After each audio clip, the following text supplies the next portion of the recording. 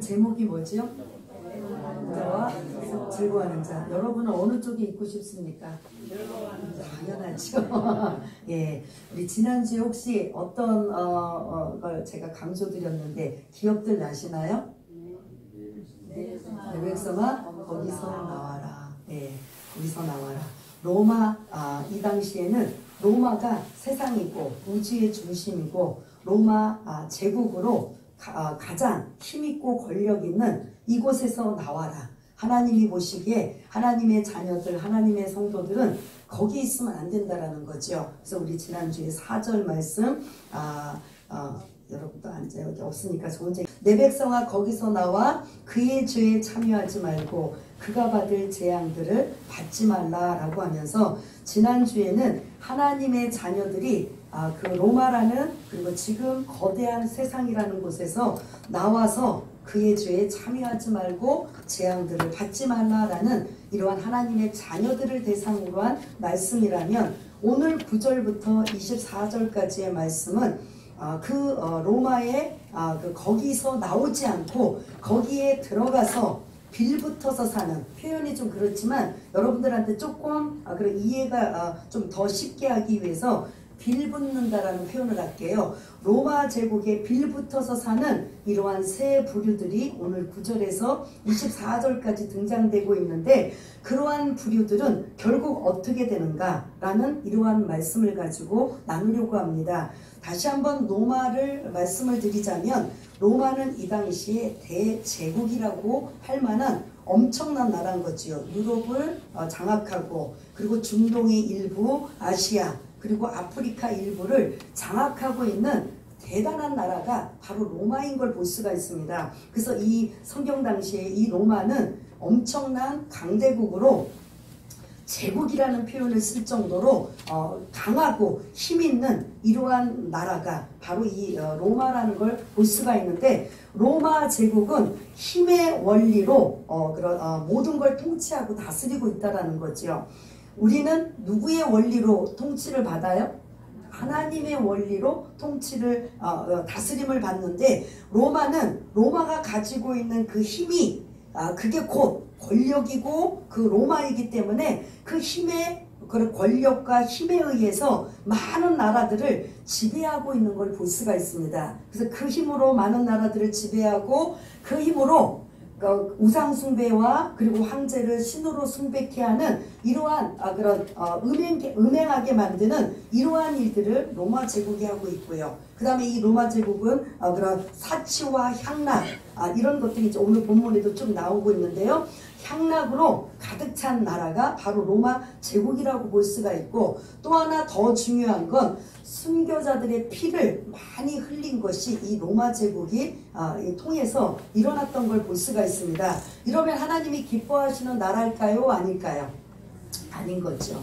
하나님은 이 지금 로마라는 나라 선하게 하고 바른 길로 가고 옳은 길로 간다면 하나님은 망하게 하지 않으실 겁니다. 그러나 이렇게 힘의 원리로 많은 나라들을 지배하고 다스리고 그리고 각종 음행을 퍼뜨리고 그리고 그런 순교자들의 피를 흘리게 하는 이 로마 제국은 이제 때가 되고 죄악이 가득하면 어떻게 되면 하나님이 뭐 하신다? 손을 대신다라는 거죠. 손을 대시면 여러분 생각해 보세요. 그 강대국인 로마 제국이 하나님이 손을 대시면 어떻게 될 것 같아요? 순식간에 와르르르 무너질 수밖에 없는 거예요. 세상이 보기에는 절대로 무너질 리가 없지만 하나님이 작정하고 손을 대시면 그 엄청난 로마라는 제국은 그 순식간에 무너질 수밖에 없는 겁니다. 그래서 우리가 지난주 말씀 그 로마는 멸망하기 때문에 거기서 나와라 라고 하나님의 자녀들을 향한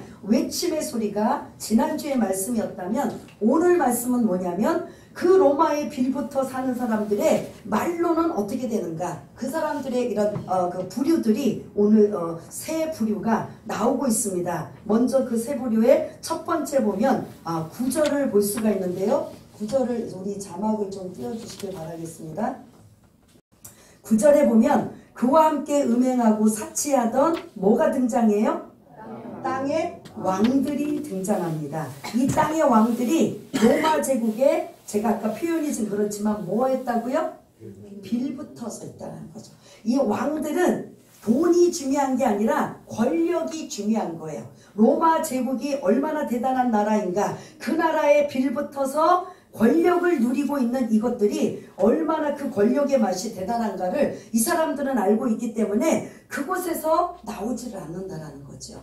근데 이 사람들이 살려면 그곳에서 뭐 해야 돼요? 나와야 되는 거예요. 근데 안 나온다라는 거죠. 로마 제국이라는 이 나라가 영원 무궁할 것 같은 이 나라가 망하기는 왜 망해? 절대로 망하지 않죠. 오히려 그 나라에 빌붙어서 그 나라의 그 등에 업고 권력을 누리고 있는 이 맛, 이게 엄청난 것이죠. 그러니까 우리 정치인들이 그렇잖아요. 많은 욕을 얻어먹어도 어떻게 해요? 그 권력의 맛을 알기 때문에 정치를 계속하는 거죠. 그래서 또 다시 또 선거철이 되면 또 다시 뭐 1선, 2선, 3선 하며 이 정치를 하는 거 보면 그 사람들은 무슨 맛을 알기 때문에요? 권력의 맛을 알기 때문에 계속 정치를 하고 있는 것처럼 이 땅의 왕들도 마찬가지입니다. 로마 제국이라는 이 나라에 빌붙어서 권력의 맛을 느끼며 그들이 9절 초반에 시작하는 음행하고 사치할 수 있는 이러한 백그라운드가 되고 있기 때문에 그들은 로마 제국이라는 곳에서 나와야 사는데 당장 눈앞에 보이기에는 그것이 살 길이고 그것이 누릴 길이라는 이러한 것들이 이 땅의 왕들의 모습이라는 거죠. 그래서 이 땅의 왕들의 모습은 절대로 로마는 망한다, 안 망한다? 안 망한다라고 생각하는 거죠. 그러니까 안 나오는 거죠. 거기에 더 붙어서 더 황제에게 아부하고 잘 보여서 어떻게든 권력을 누리는 이러한 일들인데 문제는 뭐냐? 하나님이 손대시면 로마는 어떻게 한다? 망하는 거죠. 한순간에 망해버리는 그러한 걸 보고 그들이 9절에 보면 울고 가슴을 치며 야, 저 대단한 로마가 저 영원 무궁할 것 같은 로마가 멸망하였네 라면서 그 울며 가슴을 치고 있는 건 로마가 멸망한 게 안타까운 게 아니라 뭐를 못해서 안타까운 거예요? 권력을 누리지 못해서 안타까운 거죠. 그러나 이들도 함께 그런 멸망당하는 이러한 일들이 땅의 왕들 첫 번째 부류에게 해당되고 있는 걸 볼 수가 있습니다. 그리고 두 번째 부류는 11절에 보니까 누가 등장하고 있어요? 땅의 상인들이 등장한다는 거죠. 여러분 로마에서 황실과 귀족들, 여러분들이 옛날에 여기 계신 분들 나이들 이제 좀 연세 좀 들으신 분들 그 코미디 옛날에 그 네로 패러디 해가지고 그 코미디언 누구죠? 최양락이 했던 거 지금 갑자기 여러분들 그때 많이 웃고 했던 거 생각나시죠? 그런 시대에 약간 이제 우스개로 그렇게 패러디를 했지만 로마라는 이 대제국의 황실과 이 귀족들은 모이기만 하면 늘 사치와 향락이 따라다녔다라는 거죠. 그래서 이 사치와 향락을 대주고 공급해주는 자들이 누구예요? 오늘 두 번째 부류가 땅의 상인들인 거죠. 그래서 전 세계에 유명하고 그리고 새로운 것들, 이런 자극적인 것들, 사치품, 호화롭고 이런 고급스러운 것들을 어떻게 하든 공수해 와가지고 황실과 귀족들에게 팔고 그리고 이 상인들은 뭐를 취해요? 뭐예요? 그냥 공짜로 줘요? 돈을 취하는 거죠. 그래서 이 땅의 상인들은 왕들은 정치와 권력을 누리는 맛이지만 이들은 그들에게 이런 고가의 품목 12절 13절에 등장하는 고가의 품목들을 팔면서 그들의 주머니에 뭐가 수두룩해요? 돈이 수독하는 거죠. 그러니까 이들은 무슨 맛을 아는 거예요? 돈 맛을 아는 거죠. 그래서 엄청나게 비싸고 고가여도 이 로마의 그런 황실과 귀족들은 그게 돈이 뭐 아깝고 이런 게 없어요. 오죽하면 그 비싼 고가의 옷도 한 번 입고 안 입을 정도. 그리고 얼마나 음식들이 많이 있으면 하루 세 끼 먹는 게 너무나 부족하여서 혹시 여러분들 아시나요? 먹고 뭐 한다? 토하는 거예요. 그래서 그 노예가 토하게 하는 노예들도 있다라는 거예요. 그래서 먹고 토하고 새로운 음식을 먹고 토하고 새로운 음식을 먹고 그러니까 완전히 사치와 방탕과 향락이 바로 이 로마 제국 결국은 이것이 이제 내분으로 멸망할 수밖에 없었던 일이지만 오늘 본문의 두 번째 부류의 땅의 상인들은 뭐를 벌으니까 좋아요? 돈을 벌으니까 좋은 거죠.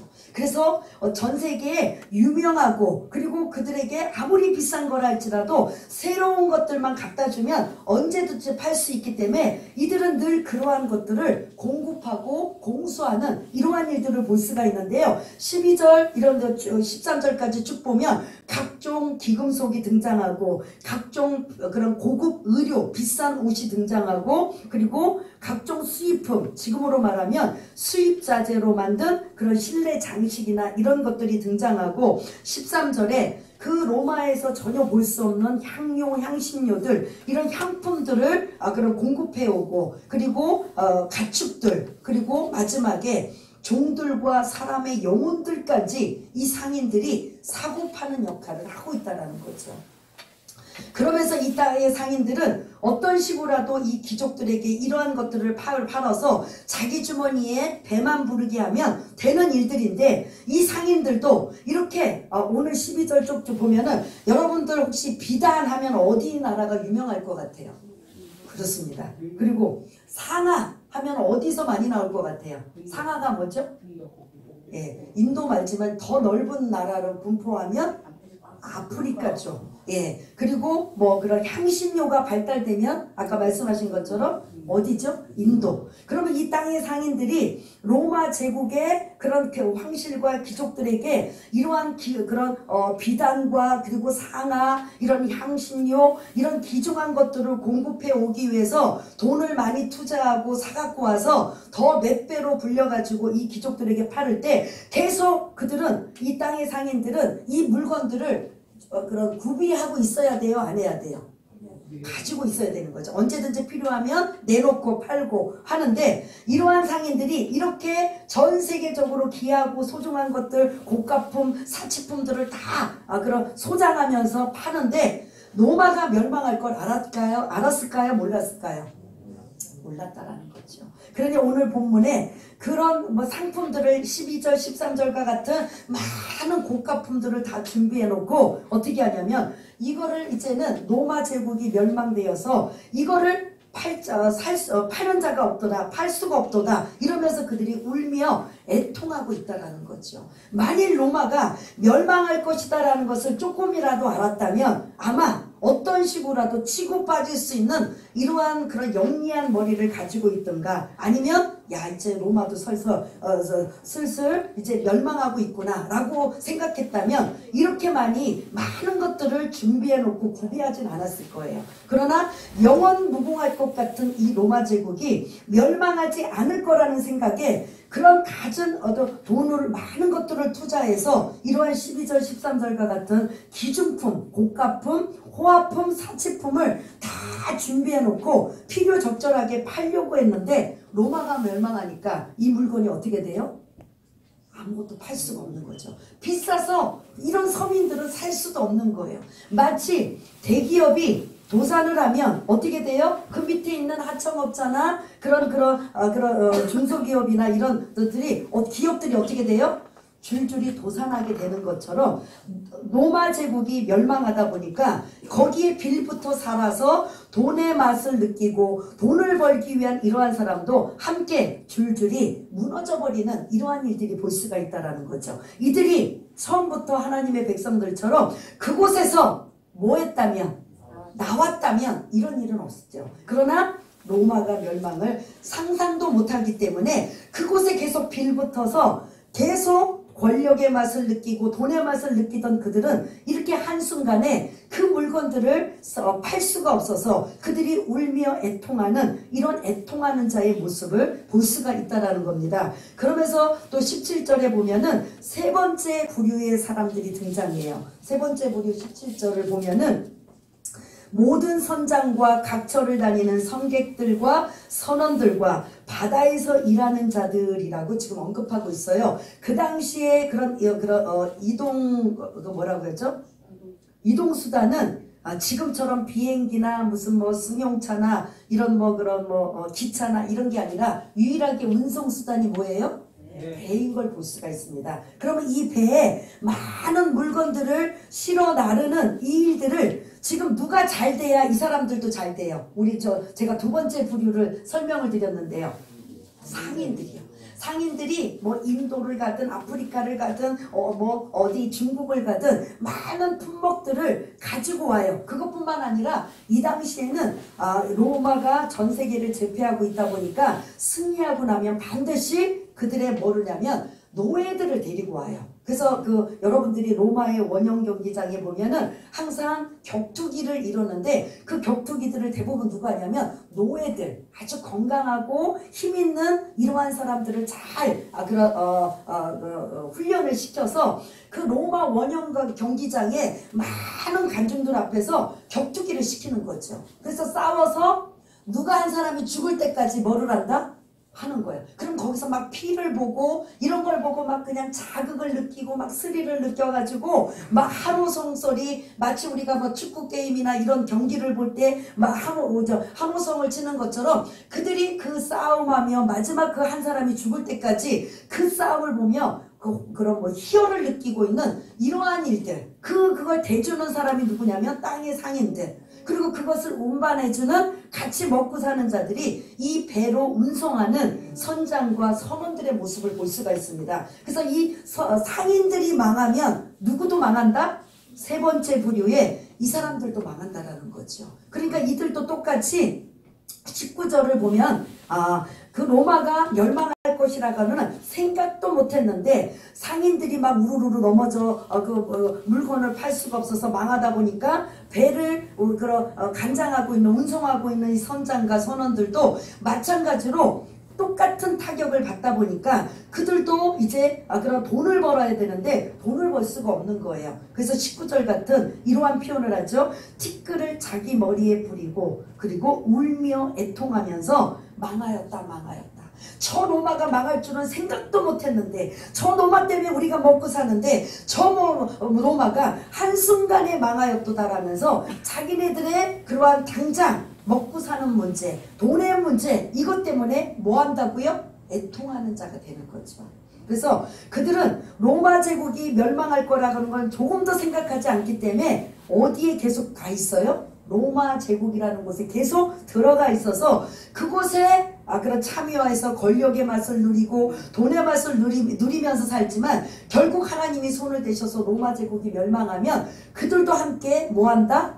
망하게 되는 이러한 상황을 볼 수가 있다는 거죠. 그래서 로마 제국에 불붙어 사는 사람도 똑같이 망하게 되는 이러한 일들을 볼 수가 있습니다. 이러한 세 부류들이 애통하는 자의 모습의 대표적인 예라고 볼 수가 있고요. 오늘 즐거워하는 자, 이제 제목에 즐거워하는 자 있는데 그 자들은 누군가? 우리 한번 20절을 또 띄워주셔서 20절을 한번 같이 읽겠습니다. 시작. 하늘과 성도들과 사도들과 선지자들아 그로 말미암아 즐거워하라. 하나님이 너희를 위하여 그에게 심판을 행하셨습니다 하더라. 아멘. 믿는 그런 박해를 받았던, 고난을 당했던, 그리고 그런 죽음을 당했던 이러한 하나님의 백성들, 하나님의 자녀들이 뭐한다? 즐거워한다라는 거죠. 왜냐하면 요한계시록 6장 9절에서 17절까지 보면은 거기에 순교자들의 피로 순교자들이 하나님 제단 밑에서 하나님 앞에 계속 탄원하는 거예요. 하나님 언제까지 우리의 피를 그냥 내버려 두시겠습니까? 우리의 피를 언제 갚아주시겠습니까? 다른 말로 로마는 뭐 해야 된다?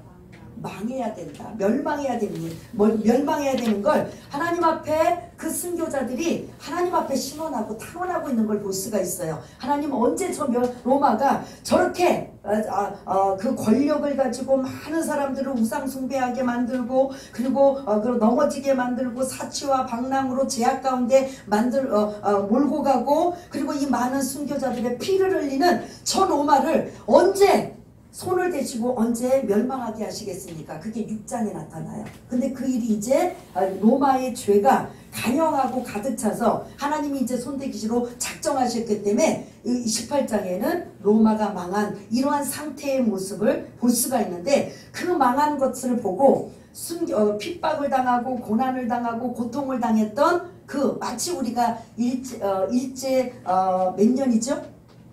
일제 30? 6년 동안 압제를 받고 이제 해방이 되었을 때 어떻게 됐어요? 예? 그 기쁨, 저희는 그 당시엔 안 살아봤지만 그 당시에 우리 선조들의 그 즐거움은 말할 수가 없잖아요. 바로 그런 20절이 그러한 뜻인 거죠. 일제 36년 동안의 압박과 서름과 특별히 믿음의 사람들이 그 예수 믿는 것 때문에 그들의 일본 천황에게 우상을 숭배하지 않는다고 그런 많은 그런 어려움을 당했던 그들이 이제 해방이 되고 나니까 그 대한독립 만세를 외치면서 거리에 모두 나가 서로 모르는 사람끼리 끌어안으면서 기뻐하고 즐거워했던 그런 감격이 오늘 20절에 로마가 망하니까 이 믿음의 사람들이 그동안 고통을 당하고 그리고 어려움을 당했던 그들이 기뻐하고 즐거워하고 있는 이러한 모습을 볼 수가 있다는 거죠. 그래서 지난주에 말씀드린 것처럼 내 백성아 너희들은 거기서 나와라. 어디서 나오라고요? 로마 제국으로부터 나와라. 로마 제국은 너희들이 보기에는 엄청나고 영원 무궁할 것 같지만 그 나라는 내가 손대면 뭐한다? 망한다라는 소리예요. 거기서 나와야 너희들이 산다라는 거죠. 당장 너희들이 불이익을 당하고 그리고 여러 가지 그런 악조건이라 할지라도 너희들은 거기서 나와야 산다라는 하나님의 말씀을 볼 수가 있습니다. 근데 반대로 애통한 자들은 뭐예요? 거기에 붙어 살면 그들의 권력이며 돈이며 모든 것들이 보장될 거라고 생각했는데 로마가 망하다 보니까 그들도 함께 망하게 돼버리는, 그래서 그들은 애통하는 자라는 표현을 쓰고 있는 걸 볼 수가 있습니다. 저와 여러분들이 지금 그러면 로마라는 것은 그러면 누구를 해당하느냐? 세상을 의미하고 있다는 거죠. 여러분들이 예수 믿는 여러분들 모든 분들이 세상에 나가서 보면 세상에 로마처럼 힘의 원리로 살아갈 수밖에 없어요. 스펙이 있어야 살아남고요. 능력이 있어야 살아남고요. 그래서 어떻게든 세상에 살아남으려면 세상에 어떤 식으로라도 세상이 원하는 대로 해줘야 되고 세상이 원하는 대로 우리의 모든 것들이 준비되어서 거기에 붙어 살아야 되지만 저와 여러분들은 어디에 붙어 살아야 되느냐? 어디에 붙어 살아야 돼요? 하나님께 붙어 살아야 되는 거죠. 요한복음 15장에 보면 나는 포도나무요 너희는 뭐라고요? 가지. 가지가 어디에 붙어 있어야 돼요? 포도나무에 붙어 있어야 살 수밖에 없습니다. 포도나무에 붙어 있어야 영양분을 공급받고요. 포도나무에 붙어 있어야 내가 너희들이 구하는 것 다 이루어질 것이다라고 기도응답하고 계시죠. 포도나무에 붙어 있어야 열매를 맺는다고 말씀하고 있다라는 거죠. 그래서 여러분들이 그 가지가 지금 이 겨울처럼 그런 한파와 폭설과 그리고 여름에는 막 그냥 엄청나게 이 더위와 폭풍과 비바람 속에서도 가지가 1년 사시사철 포도나무에 붙어 있으면 반드시 때가 되면 뭐를 맺어요? 열매를, 포도송이 열매를 맺듯이 저와 여러분들이 이 땅에 살아가는 동안 세상이라는 로마 제국처럼 강력하고 엄청난 이러한 큰 바위와 같은 그 세상에 여러분들이 살 때 그 세상에 빌붙어 사는 게 아니라 누구에게 붙어 살아야 돼요? 포도나무 되시는 예수님께 붙어 사셔서 그분이 주시는 그런 기쁨과 감사와 은혜로 여러분들이 넉넉히 사시기를 바라겠습니다. 세상의 유혹이 우리를 어떤 식으로라도 유혹한다 할지라도 말씀으로 여러분들이 물리치고 이기고 승리하시는 저와 여러분 되시길 바라겠습니다. 세상의 공중권세가 우리를 미혹하고 넘어뜨리려 할지라도 여러분들이 영적인 분별력을 가지고 말씀으로 예수님처럼 물리치시고 이기시고 승리하시는 저와 여러분 다 되시며 마지막 세상에 빌붙어 사는 게 아니라 우리는 누구에게 붙어 살아야 돼요? 하나님 예수님께 붙어 사셔서 늘 승리의 계가 그 반드시 20절 조건이 있어요. 그들 때문에 로마 제국 때문에 세상 때문에 핍박을 당하고 그런 환난을 당하고 고난을 당하고 때로는 죽임까지 당한다 할지라도 반드시 즐거워할 일이 있다라는 거죠. 기뻐할 일이 있다라는 거죠. 그 일들이 저와 여러분들에게 있어지는 우리 모두가 다 되시기를 바라겠습니다. 우리 한번 305장 찬송을 부르고 부른 게 아니라 이제 반주를 해주시고 우리 한번 우리의 신앙을 다시 한번 좀 점검하는 305장이 바로 오늘 세 번째 부류 그 선장과 선원들 배를 운송하는 이러한 그런 세 번째 부류에 좀 속하고 있는데 나 같은 죄인 살리신 나라는 여러분들 너무나 잘 알고 있잖아요. 그 곡을 만든 존 뉴턴이라는 이분은 선장이었었어요. 그리고 그 배를 운송하면서 뭐냐면 노예들을 갖다 파는 이러한 일에 어떻게 보면 그 연결이 되어 있던 사람이죠. 그런데 나중에 회심을 하고 목사님이 되셔서 자기가 이전에 했던 일이 얼마나 부끄러운 일이었는가 그러한 것들을 마음에 담아서 305장 나 같은 주인 살리신 이 곡을 만들었는데요. 얼마나 여러분들 너무나 잘 알잖아요. 이것만 부르면 눈물이 나고 나의 죄가 생각이 나서 하나님의 은혜가 얼마나 귀하고 감사한지 알 수 있는 이런 것이 305장인데 우리 한번 반주자가 305장 쳐주면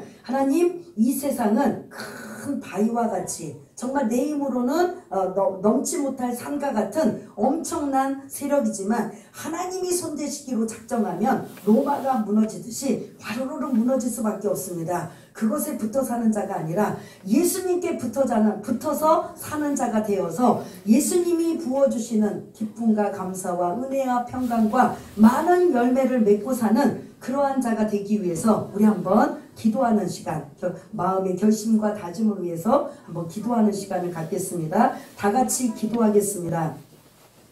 할렐루야. 하나님 아버지 은혜를 감사합니다. 하나님이 우리를 자녀 삼아 주시고 믿음으로 살기를 바라는데 우리는 여전히 믿음이 없어서 세상을 향해 나아가고 있는 우리 믿음 없는 모습을 용서하여 주시옵소서.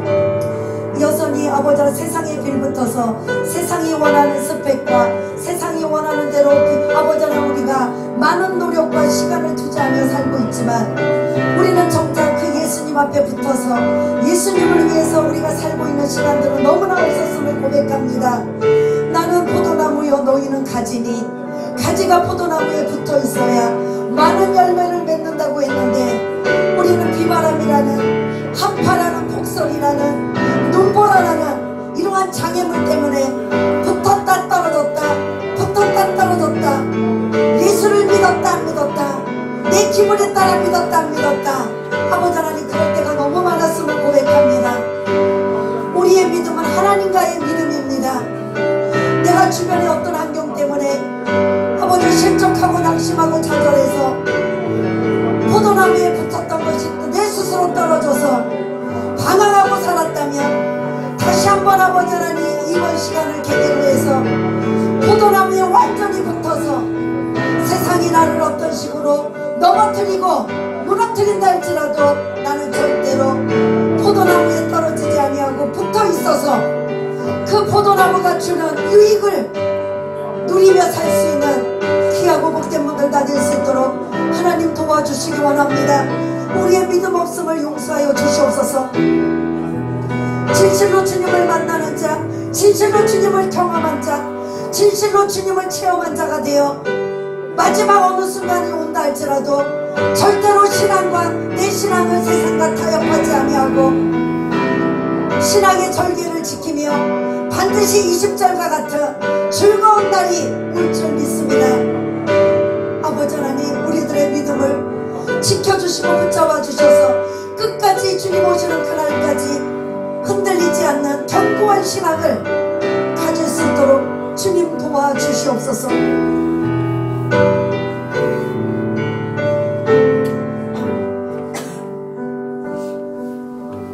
하나님 아버지 우리가 무엇이간데 하나님께서 이 땅에 독생자들을 이 땅에 보내셔서 우리의 모든 죄를 다 짊어지시고 십자가에 죽으시고 우리를 구원하여 주신 주님의 은혜에 감사를 드립니다.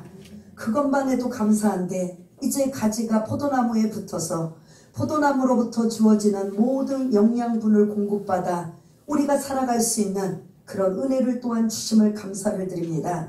이 자리에 있는 모든 한 분 한 분 힘들고 어렵고 세상 살아가기가 쉽진 않지만 우리는 하나님의 자녀로 선택받았사오니 가지인 우리가 포도나무에 어떤 비바람이 어떤 복설과 한파와 그러한 어떠한 많은 악조건이 있다 할지라도 끝까지 포도나무에 붙어 있어서 마지막까지 승리의 기가를 올릴 수 있는 귀하고 복된 분들이 다 될 수 있도록 성령님 도와주시며 성령님 그 마음들을 어루만져 주시며 성령님 그 마음들이 다시 회복되게 하여 주시며 성령님 그 마음들이 다시금 주만 바라보게 하시며 주를 위해 살아갈 수 있는 복음을 위해 살아갈 수 있는 귀하고 복된 분들과 될 수 있도록 주님 도와주시옵소서. 모든 것 감사드리오며 사랑이 많으신 우리 주 예수 그리스도 이름으로 기도드리옵나이다. 아멘.